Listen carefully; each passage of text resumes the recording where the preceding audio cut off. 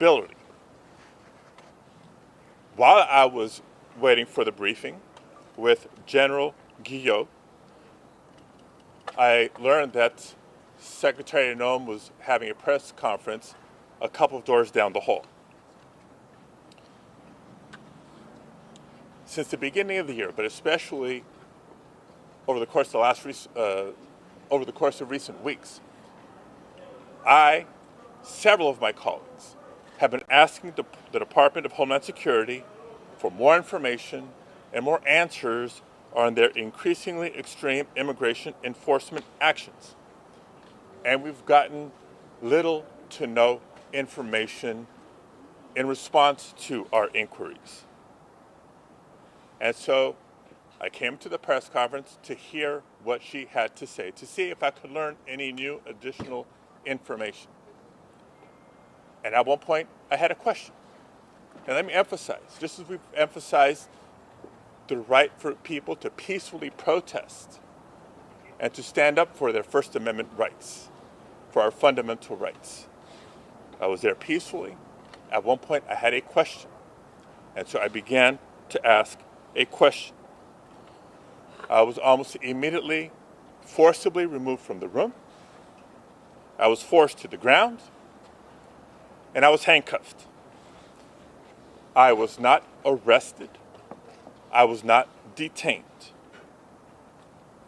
I will say this. If this is how this administration responds to a senator with a question, if this is how the Department of Homeland Security responds to a senator with a question, you can only imagine what they're doing to farm workers, to cooks, to day laborers out in the Los Angeles community and throughout California and throughout the country. We will hold this administration accountable. And we'll have more to say. We'll have more to say in the coming days. Let me say just briefly in Spanish as well. Soy el senador Alex Padilla y estuve aquí porque tuve una junta para recibir más información de los representantes de la administración, especialmente porque desde el principio del término de Donald Trump y especialmente esta última semana por lo que ha ocurrido aquí en la región de Los Ángeles, hemos pedido más información para entender las pólizas, las estrategias de la administración. Y las respuestas han sido mínimas.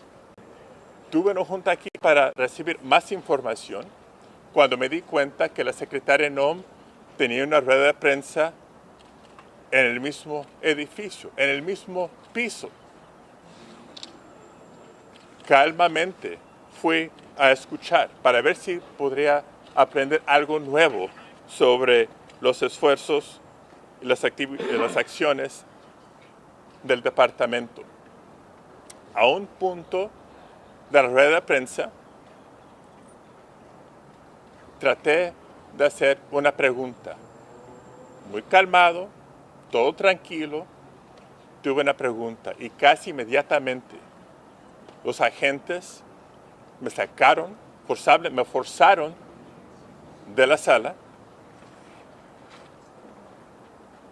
Primero me hicieron hincar, después completamente al piso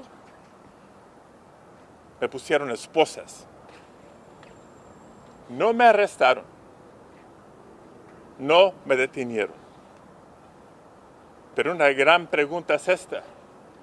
Si esta es la reacción a un senador con una pregunta, imagínense lo que están haciendo con cocineros, jornaleros, campesinos y otros inmigrantes no violentos en la comunidad de Los Ángeles, en otras áreas del estado de California y en el país. No voy a tomar preguntas en este momento, pero sí quise explicar lo que ocurrió y tendremos más que decir en los días que vienen. Just want to once again just want to once again, for not just the community here in Los Angeles, but throughout the country, because there is a lot of concern, there is a lot of tension, there is a lot of anxiety, and a lot of people are beginning to make plans for what they may or may not do come this Saturday. Please, peacefully protest, just like I was calmly and peacefully listening in that press conference and preparing, attempting to ask a question. No violence, no vandalism. Please continue peacefully protesting, and that's all I will have to say today. Thank you very much. Can you give us an insight what you and the Secretary said afterwards? Why did you come in and do that? Why did you disrupt it? Christine, I don't know if you guys can hear me, but as you see, Senator Padilla is walking away from the press conference right now, and I'm not going to take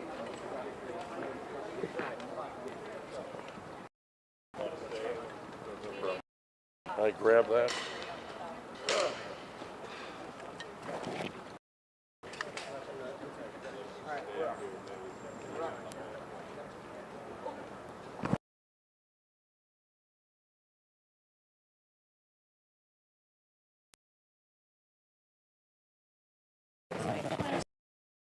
No, I'm good. Cool. We'll make it quick. Give us your initial reaction to what room with Senator. I understand you met with. Did you over? Oh, I did. We sat down. We had probably a 10, 15-minute conversation about some of his concerns, and I thought it was really beneficial that more of our elected officials. You know, I talked to him about the fact that I've left voicemails for Governor. He doesn't return. Mayor Bass has had conversations with the White House, but not with me to express concern. Operations, what they look like here in LA, and numbers, information we can get him. He was especially concerned about prosecutions that I'll turn over to the Department of Justice. But, you know, he and I are probably not going to agree on 90% of things. But we both had left that room recognizing that if conversations that will get to better results. And there was a few things in there we agreed on. And I've informed him on the president's opinion and the president's executive authorities that he's exercising. And I am glad we took the time to do it. And what was he saying to you when you guys were in that room? You know, he just said that he wanted to ask some questions about our operations. He said everybody agrees that we should be going after criminals and those who perpetuate violence.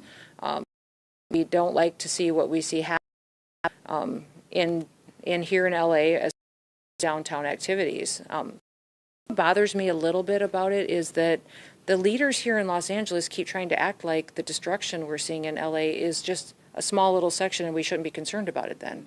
It's almost like they're saying it's okay if 10% of LA gets destroyed.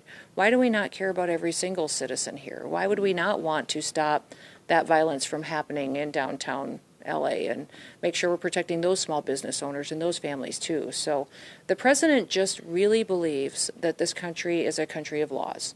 And the only way that we pursue opportunity and success is if everybody gets treated the same. We don't get to decide the law applies to this person but not to this person. And you don't get to pick winners and losers. And that's what we're doing is enforcing the law. We really wish that these leaders here in California would partner with us rather than continue to spin up political rhetoric. So he and I exchanged phone numbers. We're going to continue to talk and we'll have conversations, and you know, we may be as far apart on the political spectrum as possible, but we're all human beings and we all love this country, I hope. And then last question, LA Mayor Karen Bass says what you guys are doing has to stop. Enforcement in LA has to stop. Yeah. Well, I think it's sad that because our ICE officers are out there working every single day to get gang members and criminals off the streets and people that have been breaking our laws and violating our laws for a long period of time. It's a city of immigrants, and we all love immigrants. This is a country of immigrants. We are trying to clean up the criminals and the people that have broken our laws and make sure that our border means something and that people that are here illegally, we want to get you right with the law. There's consequences for breaking our laws, but we want you to work with us so that you have the opportunity to come back, to live in this country and to pursue the American dream. So I served in Congress with Karen Bass, so I know her. And, you know, she has led poorly as a mayor, but I would say that I'd still be willing to work with her if she wants to clean up her city. Cool. know you got a flight to catch. Anything else you want to add? Well, we're going to go feed and spend some time eating, I think, McDonald's with our National Guard troops and with our military and some of our law enforcement officers. And that's the best part of my day, is letting them know everywhere I go in this country, people tell me to thank them for what they do. So while it may seem like you turn on the news and it's contentious, or you're in LA and it's contentious, not in 98%